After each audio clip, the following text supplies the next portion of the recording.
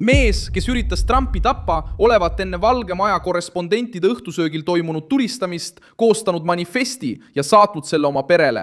Ja nüüd viitab uurimine veelgi tõsisematele kahtlustele. Rünnak Donald Trumpi vastu võis olla eelnevalt planeeritud. Kahtlusaluse enda kodus leitud märkide ning isegi õe võimalikust seotusest räägitud teadete põhjal. Ma räägin sulle sellest kõigest kohe, aga praegu tahad sa kindlasti kanalile tellijaks hakata, et olla hästi informeeritud. Reaalajas teave, parima ajakirjandusliku kvaliteediga ja usaldusväärsusega. Milson Alves News. Juhtum sai hoo sisse sel pühapäeval 26. aprillil 2026 pärast seda, kui Ameerika võimud tuvastasid 31-aastase Cole Alleni kui tulistamise kahtlusaluse Washington Hiltonis, Washingtonis. Valge Maja korrespondentide õhtusöögi ajal on peamine kahtlus, et Allen ei sattunud sinna juhuslikult.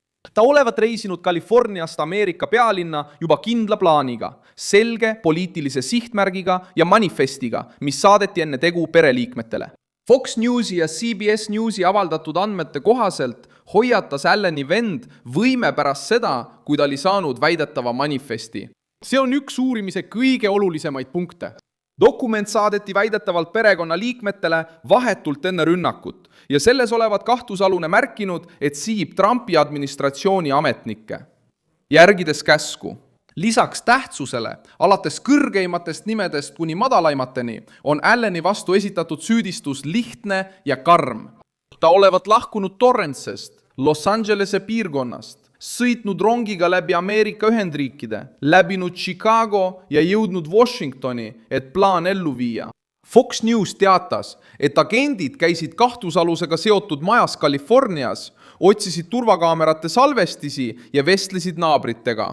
Kui uurijad püüdsid enne rünnakut iga sammu taastada, kerkib nüüd perekond võtmetähtsusega rolli. Avalikku kinnitust selle kohta, et õde oleks plaanis osalenud, ei ole, kuid ta on juba uurimise huviorbiiti sattunud.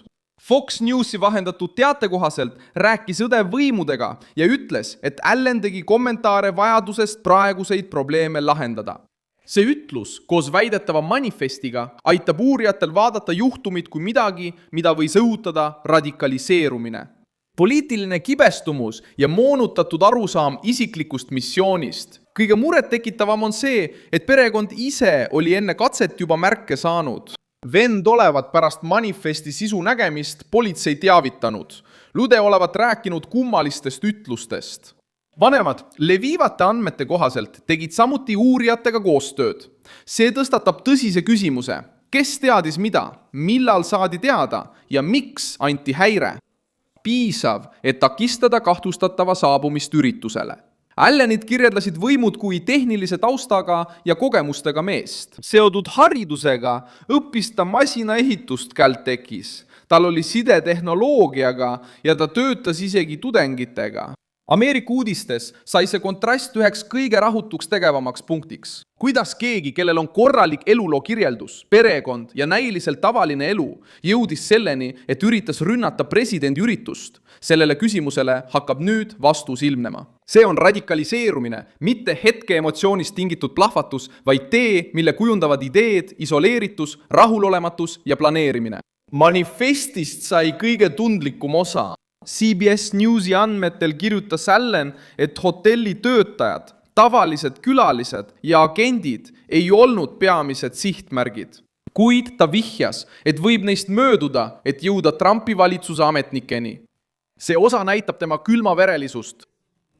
Ta ei olnud seal ainult segaduse tekitamiseks. Kahtlustatakse, et ta soovis jõuda lähemale õhtusöögil viibinud poliitilisele tippkonnale. Trump väitis, et kahtlusalune oli häiritud mees ja ütles, et ta olevat kirjutanud antikristliku manifesti.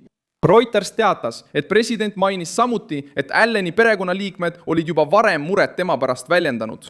Trumpi sõnul toob juhtum taas esile poliitilise vägivalla ohu tema isiku ja tema toetajate vastu. Uurimine püüab samuti mõista Alleni seotust. Grupp nimega Wide Awakes. Seda gruppi on kirjeldatud kui avatud võrgustikku, mis on suunatud loovale koostööle ja tuleviku ümbermõtestamisele. Kuid uurijate jaoks tuleb iga seost hoolikalt analüüsida. Osalemist grupis, poliitilist kõnet, kontakte, publikatsioone, sõnumeid ja võimalikke mõjutusi.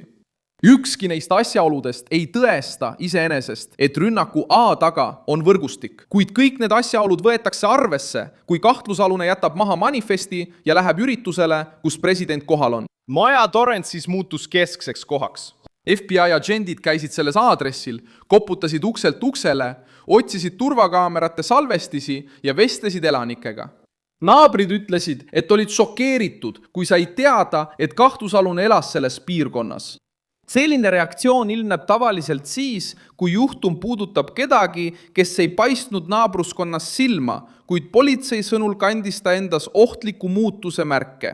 Ürituse turvalisus sattus samuti küsimuste alla. Fox Newsi kommentaatorite sõnul olevat manifest ise kritiseerinud või pilganud hotellist nähtud turvameetmeid. See detail on tõsine, sest see viitab, et Allen võis märgata turvaauke või uskuda, et suudab kaitset läbida. Üritusel, kus osalevad Donald Trump, valitsusliikmed, ajakirjandus ja kutsutud konföderatsiooni esindajad, muutub iga kontrolli puudujääk riiklikuks mureks. Kahtlus, et Trump oli üks peamisi sihtmärke, suurendab rünnaku poliitilist kaalu. Reuters teatas, et ametivõimud peavad presidenti tõenäoliseks sihtmärgiks.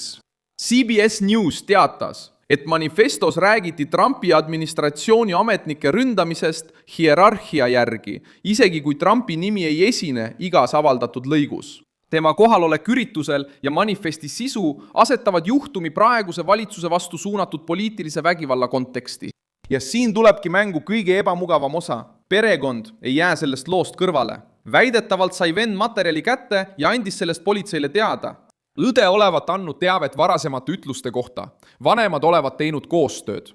See ei tähenda, et kõik oleksid süüdi, kuid see tähendab, et uurimine jõuab nüüd koduseinte vahele, vestluste, märkide ja kõige muu juurde. Eesmärk on mõista, kas manifest oli lihtsalt varajane ülestunnistus, hüvastijät, provokatsioon või osa laiemast plaanist. Võimud uurivad ka mobiiltelefone, arvuteid, sotsiaalmeediat ja võimalikke sõnumeid. Nad tahavad teada, kellega Ellen vestles, mida ta tarbis, milliseid ideid ta kordas. Kas ta uuris seda kohta, kas ta jälgis Trumpi ajakava ja kas tal oli otsest või kaudset abi. Praeguseni räägitakse avalikult võimalikust üksik tegutsejast, kuid sellisel juhul saab sõna üksik kasutada alles pärast põhjalikku uurimist. Enne seda tuleb kõik üle kontrollida. Ameerika ajakirjandus tõi samuti esile, et rünnak toimub kasvava poliitilise pingega ajal. Viimastel aastatel on avaliku elu tegelased hakanud sagedamini ähvardusi saama ning radikaalsete rühmituste vahel on õhkkond muutunud agressiivsemaks. Trumpi valitsuse jaoks rõhutab see juhtum vajadust tugevdada kaitset avalikel üritustel, üle vaadata protokollid ning võtta perelt tulevaid märke tõsiste hoiatustena.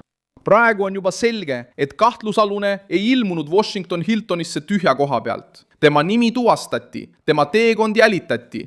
Manifesti olevat saadetud, vend olevat politseid hoiatanud, Lüde olevat rääkinud murettekitavatest ütlustest ja Trump lahkus õhtusöögilt kiiresti korraldatud operatsiooni saatel, mis hoidis ära suurema katastroofi. Lõpuks sai sellest manifestist juhtumi võtmeks, sest see võib näidata mitte ainult seda, mida Ellen tahtis teha, vaid ka seda, miks ta uskus, et peab seda tegema. Pane sellele videole like, telli kanal ja vaata lõpus kommentaare, et olla veelgi rohkem seotud Milson Alves Newsi kogukonnaga.